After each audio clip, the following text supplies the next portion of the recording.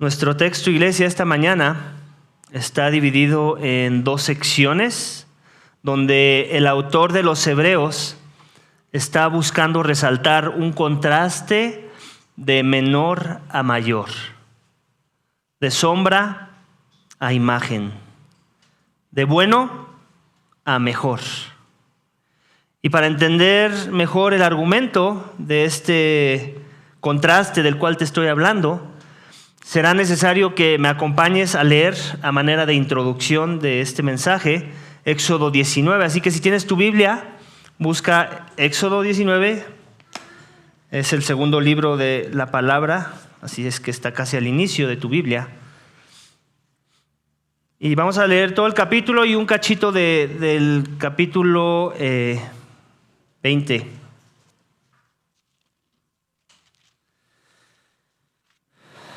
¿Ya están ahí conmigo? Éxodo capítulo 19. Esto es a manera de darnos un poco de contexto histórico del texto en el que estamos ahorita parados en nuestra serie de Hebreos y que acabamos de leer juntos. Muy bien, creo que ya ha dado suficiente tiempo, así es que vamos a leer este capítulo a manera de introducción del mensaje de esta mañana. Dice: al tercer mes de la salida de los israelitas de la tierra de Egipto, ese mismo día llegaron al desierto de Sinaí. Salieron de Refidim, llegaron al desierto de Sinaí y acamparon en el desierto. Allí, delante del monte, acampó Israel. Moisés subió hacia Dios y el Señor lo llamó desde el monte y le dijo: así dirás a la casa de Jacob y anunciarás a los israelitas: ustedes han visto lo que he hecho a los egipcios y cómo los he tomado sobre alas de águila y los he traído a mí. Ahora pues, si en verdad escuchan mi voz y guardan mi pacto, serán mi especial tesoro entre todos los pueblos, porque mía es toda la tierra. Ustedes serán para mí un reino de sacerdotes y una nación santa. Estas son las palabras que dirás a los israelitas. Entonces Moisés fue y llamó a los ancianos del pueblo y expuso delante de ellos todas estas palabras que el Señor le había mandado. Y todo el pueblo respondió a una y dijeron: haremos todo lo que el Señor ha dicho. Y Moisés llevó al Señor las palabras del pueblo. Y el Señor dijo a Moisés: yo vendré a ti en una densa nube, para que el pueblo oiga cuando yo hable contigo y también te crean para siempre. Entonces Moisés comunicó al pueblo las palabras del Señor. El Señor dijo también a Moisés: ve al pueblo y conságralos hoy y mañana, y que laven sus vestidos, que estén preparados para el tercer día, porque al tercer día el Señor descenderá a la vista de todo el pueblo sobre el monte Sinaí. Pondrás límites para el pueblo, y dirás: de ningún modo suban al monte o toquen su límite. Cualquiera que toque el monte ciertamente morirá.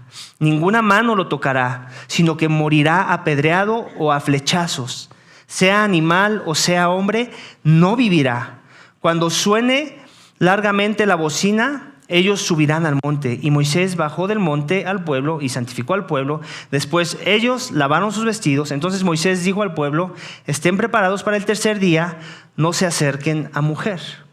Y aconteció que al tercer día, cuando llegó la mañana, hubo truenos y relámpagos y una densa nube sobre el monte y un sonido tan fuerte de trompeta que hizo temblar a todo el pueblo que estaba en el campamento. Entonces Moisés sacó al pueblo del campamento para ir al encuentro de Dios y ellos se quedaron al pie del monte.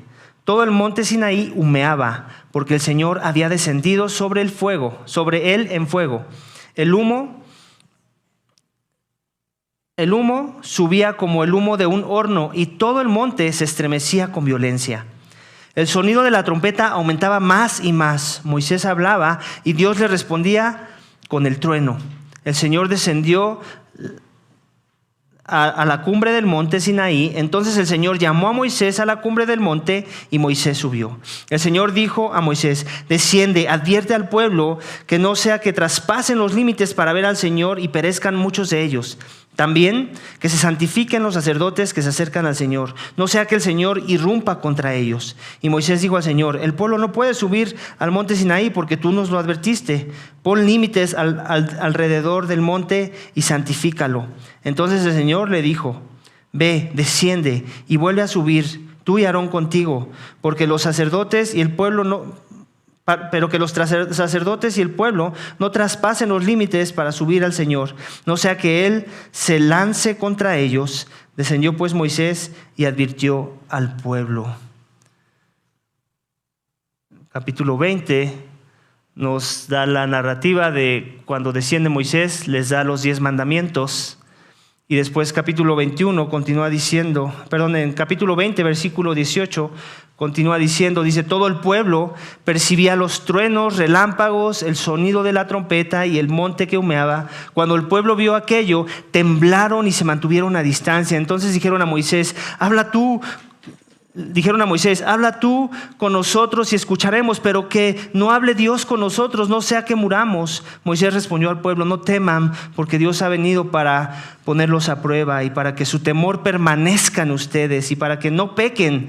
El pueblo se mantuvo a distancia mientras Moisés se acercaba a la densa nube donde estaba Dios. Ese es a manera de introducción o contexto histórico del texto que acabamos de leer previo a de nuestra serie del libro de los Hebreos, en capítulo 12, versículos 18 al 24.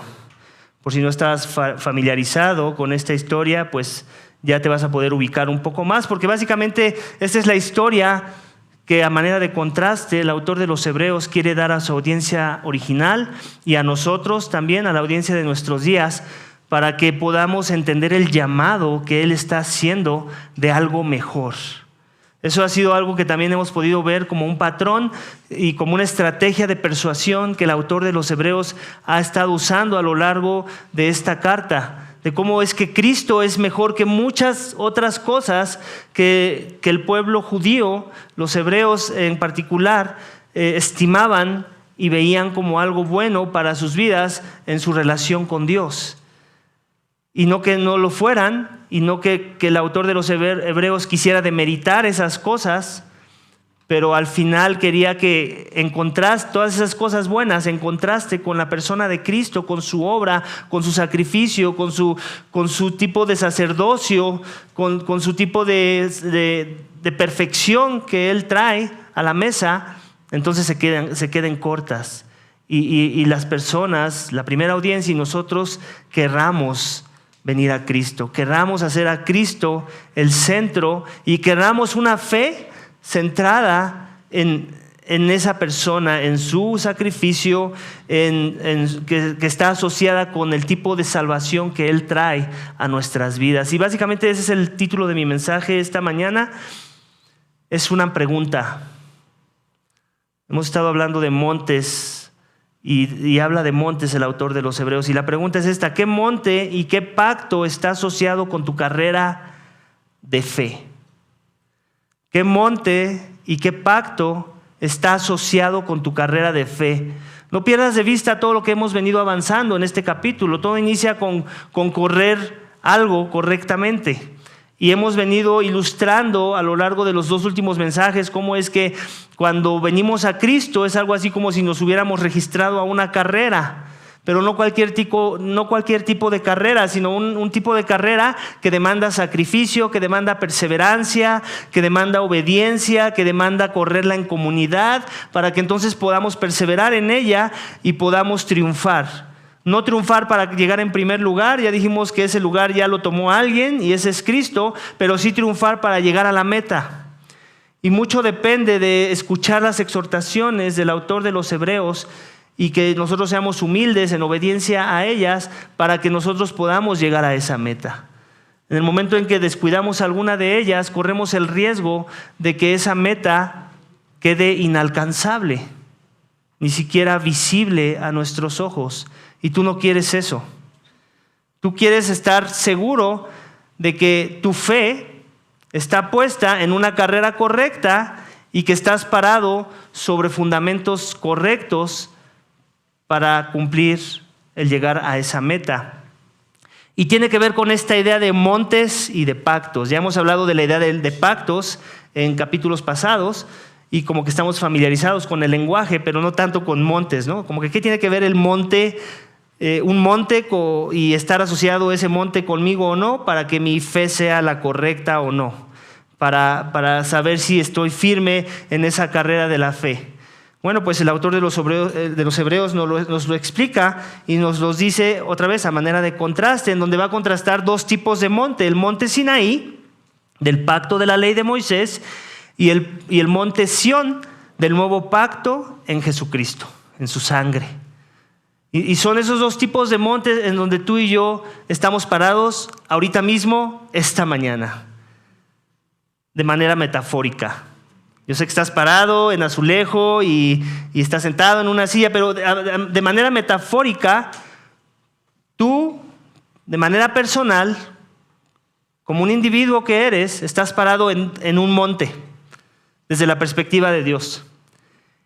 Y tu monte puede ser el primero que se menciona en el texto, el monte Sinaí, del pacto de la ley, o el monte Sión, del nuevo pacto en Jesús. Y básicamente parte de la dinámica de la enseñanza de hoy es que tú salgas de aquí convencido y persuadido de que estás parado en uno de esos dos montes con la esperanza de que estés parado en el mejor.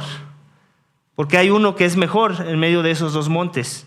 Y mi esperanza y mi oración es que todos, al final de la enseñanza de hoy, estemos parados ahí. Porque de eso depende mucho el tipo de carrera que estamos corriendo, el tipo de fe que estamos viviendo y el tipo de Dios que estamos adorando. ¿Amén, iglesia? Entonces vamos a ver el primero, el monte Sinaí del pacto de la ley. Lo vamos a encontrar en versículos 18 al 21 del capítulo 12, que voy a volver a leer. Dice: porque ustedes no se han acercado a un monte que se pueda tocar, ni a fuego ardiente, ni a tinieblas, ni a oscuridad, ni a torbellino, ni a sonido de trompeta, ni a ruido de palabras tal que los que oyeron rogaron que no se les hablara más, porque ellos no podían soportar el mandato. Si aún una bestia toca el monte, será apedreada. Tan terrible era el espectáculo que Moisés dijo: estoy aterrado y temblando. Ahora ves por qué era importante que leyéramos Éxodo 19. Porque esto no es lenguaje poético. Esto no es algo así como para adornar.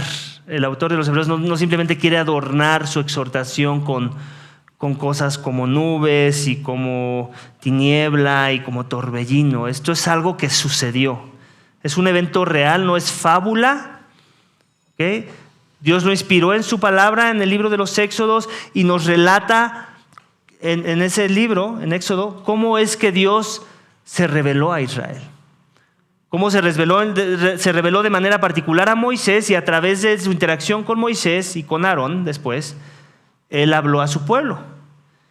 Y la forma en la que el pueblo percibió a Dios no fue nada grata. Y aún algo que me llama la atención, si recuerdan un poco, yo sé que solo lo leímos una vez, si recuerdan un poco lo que leímos en Éxodo 19, ahí Moisés parece como que un héroe, ¿no? Así como que no tengan miedo, ¿no? Así como si de todos él era el único que firme en medio de la revelación que tenía de Dios de ese momento. Pero aquí el autor de los Hebreos lo desenmascara, ¿cierto? ¿Qué dice el autor de los Hebreos? Moisés está aterrado y temblando. O sea que básicamente no le quedaba otra más que tratar de apaciguar al pueblo, pero él mismo por dentro estaba siendo consumido de temor, de temblor. ¿Por qué? Por la manifestación misma del Dios vivo que se les había revelado de una forma muy característica, muy peculiar, que no sucede todos los días, ¿cierto? Apenas acabamos de ver la tragedia que sucedió en Acapulco. Y yo no estuve ahí y no sé cuál es la experiencia de algo así, pero sí les puedo contar de una vez que estuve en un hotel en Acapulco donde no hubo un ciclón de categoría 5, nada más fue una tormentilla esas por ahí, y yo estaba aterrado. Yo dije, este es el fin del mundo. Ahora imagínense en un lugar donde no hay mar, donde no, en teoría, mucho menos deberían de suceder estas cosas, en un desierto del Sinaí, en un monte por ahí, Dios revelándose a su pueblo de esta forma tan característica que revela su poder, que revela su soberanía sobre los elementos, que revela su majestad. ¿Se imaginan el temor del pueblo en ese momento? Y después de esa revelación, después de la forma en la que Dios se le revela al pueblo, después de las declaraciones que ellos hacen de que sea Moisés el que les hable, pero no Dios, después de lo que ven que Dios pone como límites al punto de que si se acerca a un animal, aún el animal es flechado o apedreado. ¿Se han puesto a pensar por qué esa idea de que aún un animal no se podía acercar al monte? ¿Por qué? Porque donde Dios mora, ahí donde Dios dice, ahí va a estar mi presencia, ese lugar en ese preciso momento se santifica. Es un lugar que se purifica, se santifica. ¿Por qué? Porque es un lugar que de alguna forma se ve como un lugar adecuado solo para la presencia de uno que es santo. Y desde la perspectiva de Dios, ni los hombres pecadores, ni sus animales corrompidos por el pecado, los cuales experimentan la muerte y todo tipo de enfermedades, también no son dignos de entrar a su presencia. Tiene que ver con la misma idea de lo que vimos en la serie de Levítico, del tabernáculo.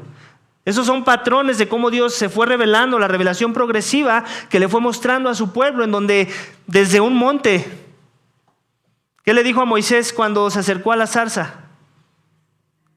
Quítate el calzado de tus pies. En otras palabras, era ahora esa zarza, de alguna manera metafórica, en donde la presencia de Dios estaba posando, y todo lo que se quisiera acercar a ese lugar, que en ese momento se consideraba un terreno santo, tenía que entrar con reverencia y con temor. Quítate las sandalias, era una forma metafórica de decirle: tú eres tierra, regresa a la tierra y entonces acércate a mí. Ni siquiera la pulgada de tus sandalias me ofende que pienses que puedes estar altivo a ese nivel. Humíllate, quítate las sandalias. Así de santo es Dios, iglesia. Él va a traspasar con flechas lo que tenga que traspasar, ya sea un animal o una persona. Y lo vimos en la serie de Levítico, ¿cierto?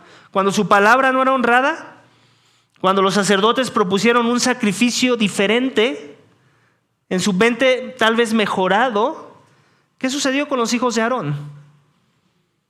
Fueron consumidos por el fuego.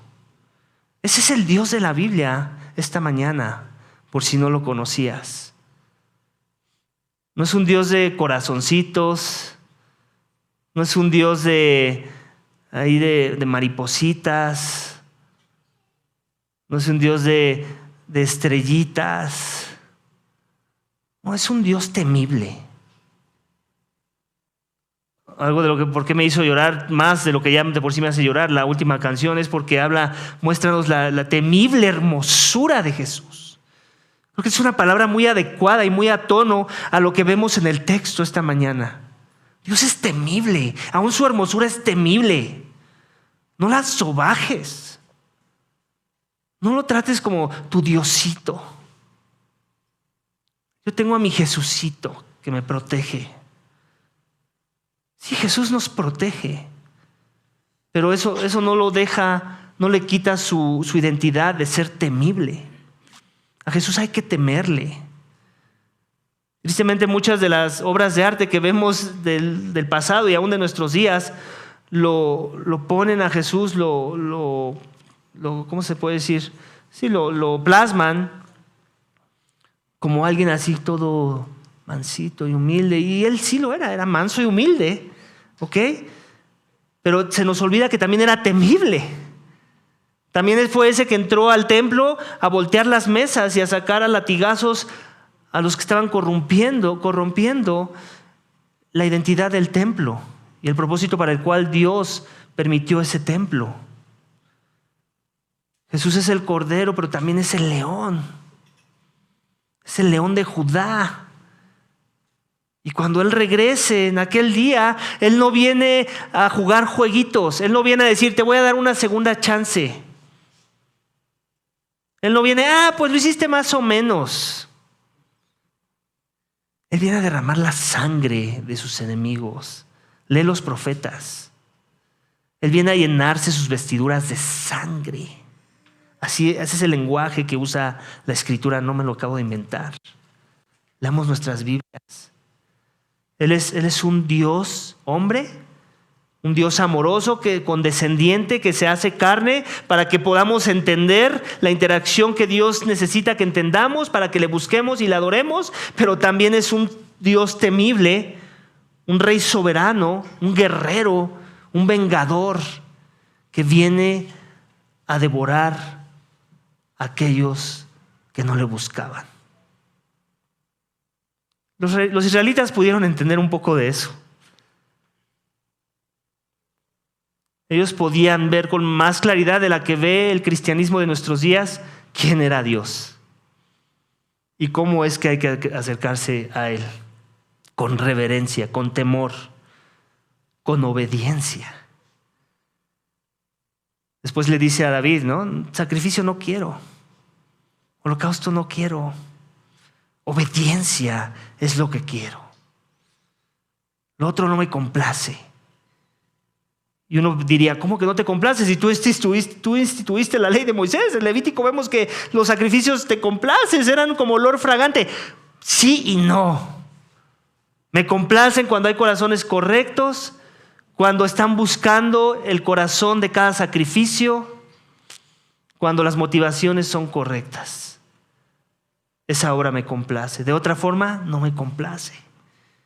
Y después viene la revelación progresiva con Cristo, que vamos a ver en la siguiente parte. Pero de manera general, tú puedes ver en el texto cómo es que este Dios del monte Sinaí era algo bueno.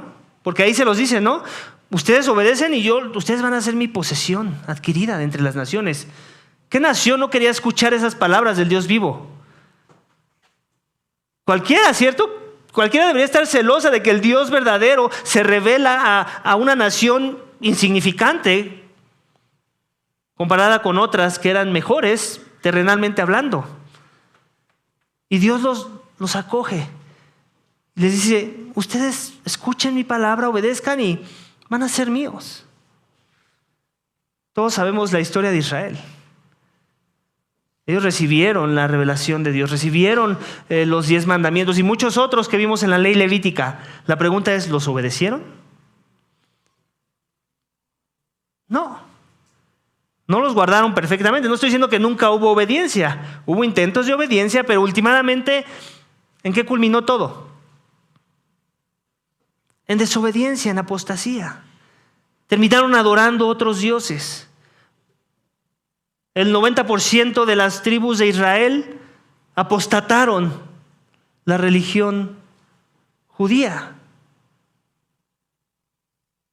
¿Recuerdas a la mujer samaritana? ¿Qué pregunta le hace a nuestro Señor Jesucristo? Pero es que ustedes los judíos dicen que hay que adorar en este monte y nosotros los samaritanos decimos que hay que adorar en este otro monte. ¿Y tú a quién dices, en qué monte dices que hay que adorar? ¿Te das cuenta? La cosmovisión de la adoración de la persona de esos días, la persona promedio de esos días, es que era correcto ir a adorar a un monte. Porque esa es la revelación que Dios ya había dado. Ellos levantaban altares en los montes a Dios o a sus dioses paganos. Y así ha sido siempre. Aún voy a aventarme un clavado a una inferencia aquí. Si tú ves las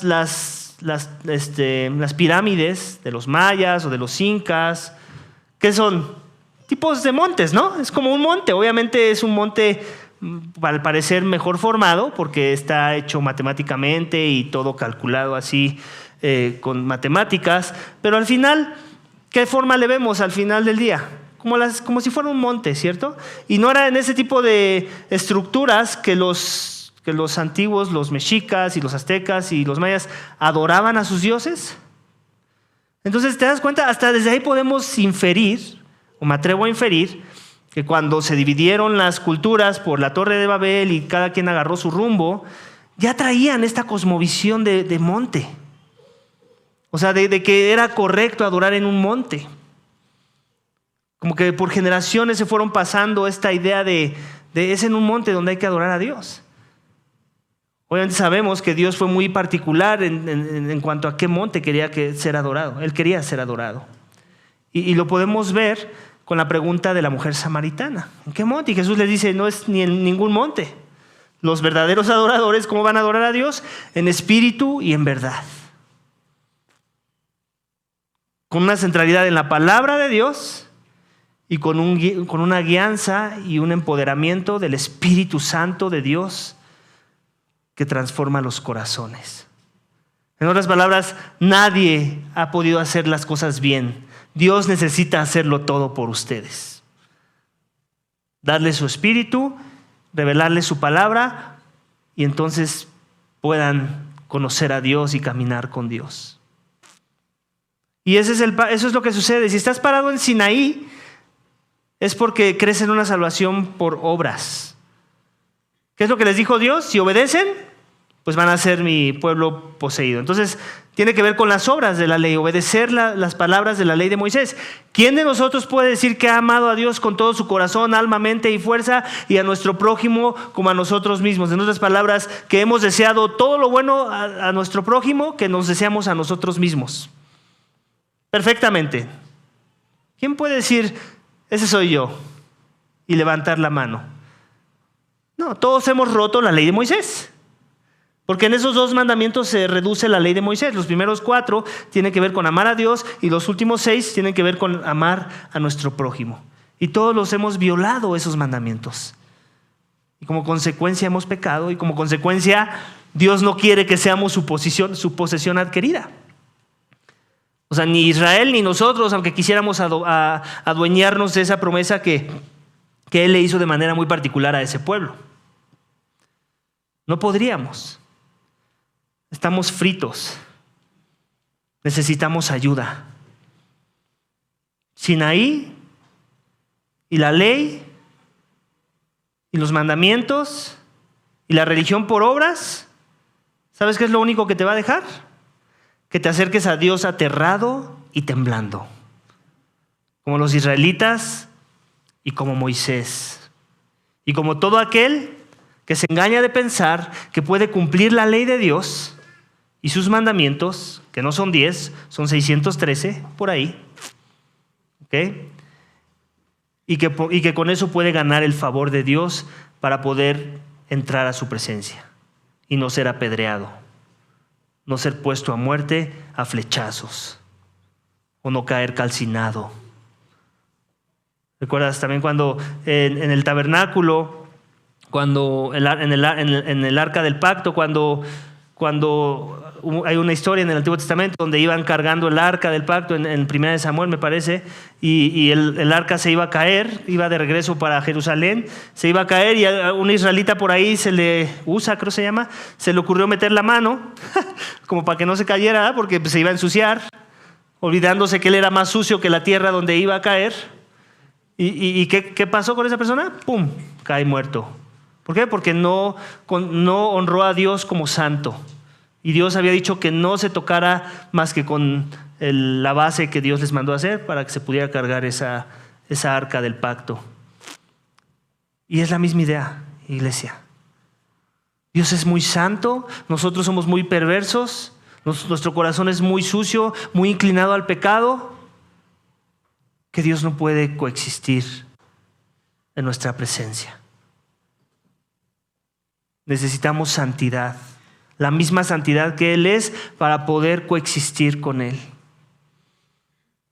Y si no la tenemos, hace sentido que vengamos a Él aterrados.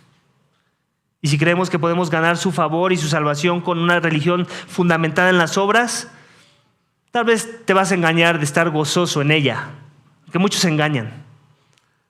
de estar gozosos y de pensar en cumplir las religiones basadas en las obras. Pero si tú le escudriñas en el fondo, siempre hay un temor, siempre hay una duda, nunca hay seguridad. ¿Y qué si este pecado sí ya Dios no me lo perdona? ¿Y qué si esta vez sí ya le colmo a Dios el plato y me remueve su gracia?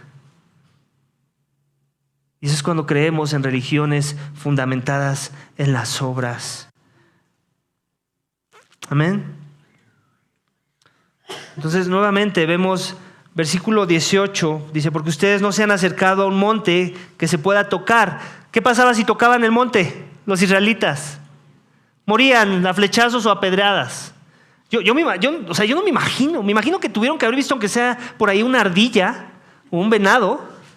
Imagínate una ardilla, un venado acercarnos al monte de manera natural, es su hábitat, ¿no? O lo que sea, que el tipo de animales o fauna y flora que había ahí, y se acerca al monte y ¡pum!, de repente un flechazo.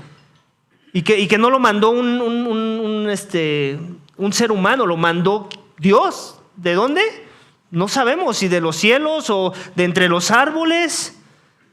Pero, o sea, ¿se pueden imaginar el impacto? ¿Has visto esas películas, cierto? De Hollywood, en donde están caminando las personas y de repente y nunca ves quién fue el que los mató. Siempre sabemos que es un agente humano, ¿no? O a veces es algún agente espiritual, algún espíritu ahí maligno, ¿no? Pero obviamente causan terror, ¿cierto? Ahora imagínate este evento que no es ficción, que es real. No podían tocar, no se podían acercar a ese monte, porque lo que moraba ahí era la presencia de un Dios santo, airado por el pecado. Dice, no se acercaron a ese monte ni a fuego ardiente, que es algo que también vimos en la descripción de la sección que leímos de Éxodo, ni a tinieblas, ni a oscuridad, ni a torbellino, ni a sonido de trompeta, ni a ruido de palabras, tal que los que oyeron rogaron que no se les hablara más. Entonces está diciendo, ustedes no están acercando a eso. Si ustedes son de Jesús, si ustedes han creído en el tipo de fe de la cual yo les estoy hablando, de las cuales ya les hemos hablado y en la cual permanecen, si en verdad caminan en ella, eso ya no es para ustedes. Eso fue para sus antepasados, eso fue para sus padres en el desierto. Aquí estamos hablando de algo mejor, dice el autor de los Hebreos. Dice, porque ellos no podían soportar el mandato, si aún una bestia toca el monte, será pedrada. ¿Se dan cuenta? En la cosmovisión de ellos decían, pero oye, ¿qué hizo la ardilla? ¿Qué hizo el gato montés?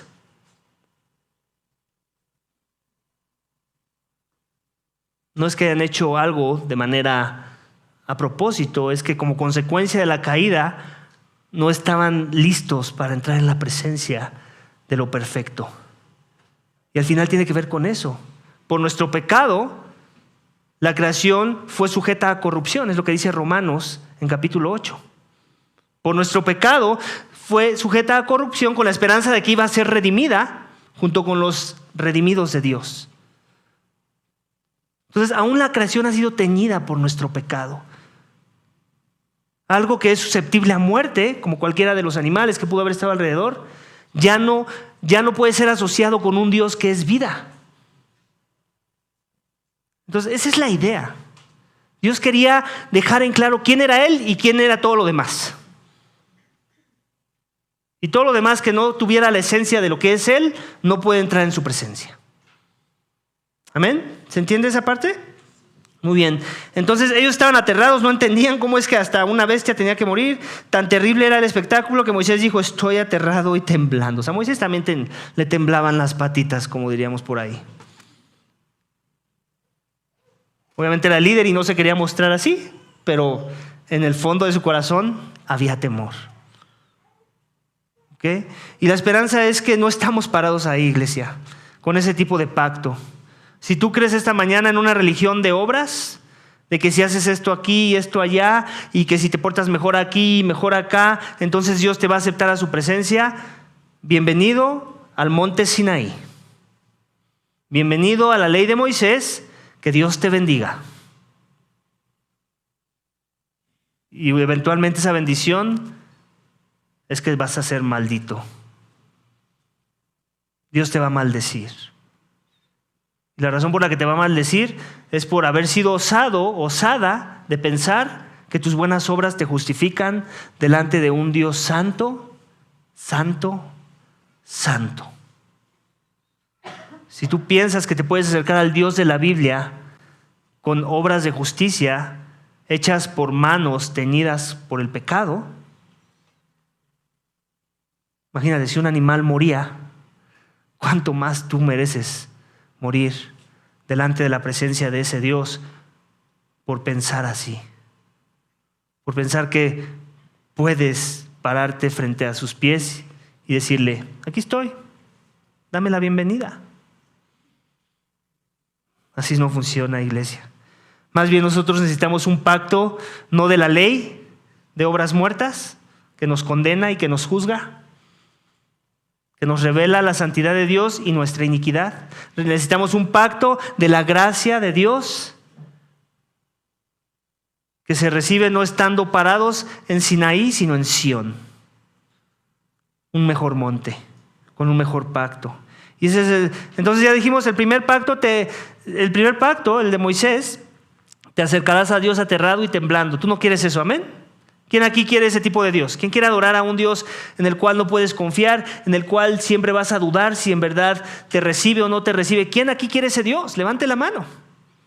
Tú quieres la seguridad de que ese Dios se complace de estar ante tu presencia y de que tu presencia le complace de regreso. ¿No quieres ese tipo de Dios? Bueno, ese Dios existe y es el Dios que Jesucristo nos reveló. Ese que dijo: vengan a mí todos los que están cargados y cansados, que yo los haré descansar. No dijo aléjense, sino vengan a mí. No dijo no me toquen, sino le dijo a Tomás: mete tu dedo, toca. Ese tipo de Dios que al tercer día se reveló glorioso, derrotando la muerte que nos tenía aterrorizados. Así como al tercer día, ¿se acuerdan que les decía en el tercer día? Cuidado porque viene Dios. Bueno, pues en el tercer día Jesús dijo: cuidado que yo voy a levantar este templo en el tercer día, el templo de mi cuerpo. Ese es el tipo de pacto que nos conviene, iglesia. Y es el tipo de monte el cual nos describe el autor de los Hebreos. Dice versículo 22. Entonces, el segundo énfasis es este: Monte Sión es el nuevo pacto. La pregunta es esta: ¿Monte Sión de nuevo pacto en Jesús? ¿Es ese tu monte? Y si sí, te acercarás a Dios sin temor y confiado. ¿Tú quieres eso, cierto? Acercarte a Dios sin temor. No que no deba existir un temor reverente, quiero aclarar, porque a veces cuando eso no existe, también eres un insolente. A Dios hay que temerle. Dios no es un juguetito, Dios no es un Aladino, Dios no es Santa Claus o una deidad pigmento de nuestra imaginación. Hay que temerle, y en ese temor te puedes acercar a Él con reverencia, un temor reverente, de forma que te puedas acercar a Él sin temor y confiado. ¿Confiado de qué? De que te recibe, de que en verdad has sido perdonado, de que en verdad has cumplido las expectativas que Él tenía sobre ti. ¿Cómo lo puedo lograr? El autor de los Hebreos dice: ustedes, les habla a los cristianos, en cambio, o sea, como diciendo, no como aquellos que estaban atemorizados, ustedes son este otro grupo de los que en cambio se han acercado al monte Sión, no al monte Sinaí, y a la ciudad del Dios vivo, la Jerusalén celestial. Eso es algo de lo que ya hemos venido hablando en la serie de Hebreos, ¿cierto? Nuestra ciudadanía es una ciudadanía mejor porque no es una ciudadanía en la tierra, sino en los cielos. Les está recordando su identidad. Miren quiénes son ustedes. No quieran volver a atesorar o a volver a echarse encima la ley de Moisés, porque la ley los condena. Ustedes lo que necesitan es la ley de Cristo, la ley de la gracia, la ley del amor, la ley que los acerca a Dios, la ley que les dice: vengan a mí los que están cargados y cansados, vengan a mí, arrepiéntanse y crean que yo soy.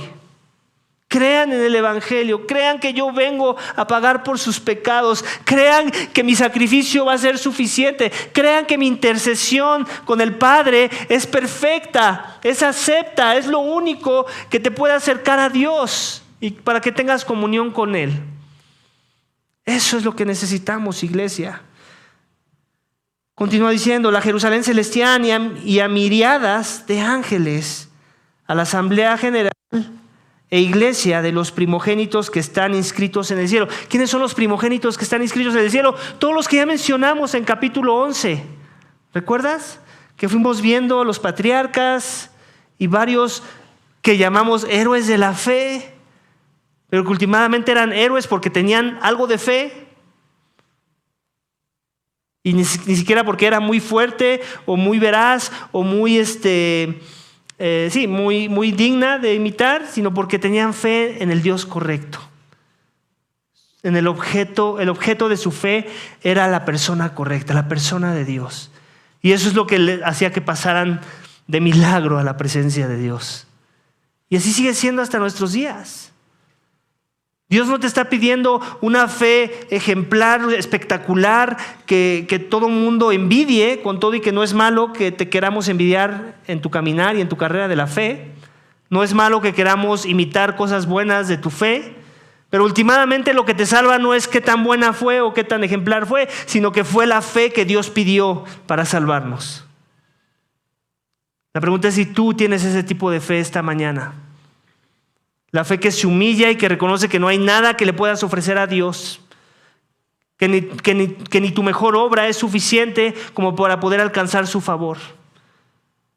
Que la única obra que te justifica y que te declara justo delante de Él y que te hace acepto ante su presencia es la obra de Cristo en la cruz. Ese es el tipo de fe que necesitas esta mañana si aún no le conoces. Un tipo de fe que entiende que Dios es muy santo y yo soy muy pecador. Y lo único que me puede librar de los flechazos y las pedradas y de ser clavado a una cruz, que es lo que merecería yo como castigo, como condena por mi pecado, es si recibo la oferta de salvación en la persona de Cristo en la cruz. ¿Qué es lo que dice más adelante? Dice, el juez de todos. ¿Te das cuenta? Hay un juicio. A Dios, el juez de todos, y a los espíritus de los justos hechos ya perfectos. ¿Se dan cuenta en qué tiempo está hablando? Hechos ya perfectos. ¿Quiénes son los espíritus de los justos? Los que ya murieron, pero que murieron en Cristo, que murieron con la fe que Dios demandaba de aquellos que escuchaban su palabra y le creían. De aquellos que vinieron en los términos de Dios y no en sus propios términos a querer alcanzar el favor de Dios. Ese es el espíritu de los justos, ¿sabes? Somos justos no porque lo hicimos muy bien, sino porque la justicia de Cristo nos es imputada cuando hemos creído en Él. Cuando hemos creído que Él es nuestro Señor, que Él es nuestro Salvador, esa vida perfecta que Él vivió, la vivió en nuestro lugar. Ese sacrificio que Él padeció en esa cruz, lo llevó en nuestro lugar. Esa resurrección que Él experimentó entre los muertos, la experimentaremos como Él lo experimentó. Y esa presencia que Él tiene con el Padre en los cielos, donde intercede por todos sus santos, es la presencia que nos espera a ti y a mí, con cuerpos glorificados, perfectos, hechos adecuados para entrar a la presencia de Dios y no ser apedreados. ¿Te das cuenta? Dios quiere que entres a su presencia, pero ¿sabes qué necesita? Que seas perfecto. ¿Y sabes quién nos da esa perfección? Jesús. ¿Y sabes qué es lo único que nos pide? Arrepiéntete y cree. Sígueme. Reconoce que eres malo, que no mereces entrar a la presencia de la morada de mi Padre Celestial y que solamente por mis méritos lo puedes hacer. Arrepiéntete y cree que por mis méritos tú puedes ganar el acceso a la presencia de Dios. Arrepiéntete y cree que tu pecado ya fue saldado en esa cruz para que tú no tengas que preocuparte más y vivir atemorizado de pensar si ahora sí me puedo acercar a Dios o no. Nosotros obramos, iglesia, como cristianos, ya lo hemos dicho antes, no para ver si encontramos o ganamos favor con Dios. Esa es la religión de obras muertas, esa es la religión de Sinaí, esa es la religión de Moisés. Nosotros obramos porque ya somos salvos. Y es en esa salvación y en esa santidad que Dios comienza a producir en nuestros corazones que entonces podemos agradar a Dios. Pero donde últimamente cuando fallamos, cuando caemos cortos, cuando hay defecto, cuando mi motivación no fue la más pura, Cristo está ahí para respaldarnos. Cristo le dice al Padre: las mías sí fueron puras y yo pagué a precio de sangre. Él es mío, ella es mía. Que lo hace todo por nosotros para que podamos descansar en verdad en Él. Amén.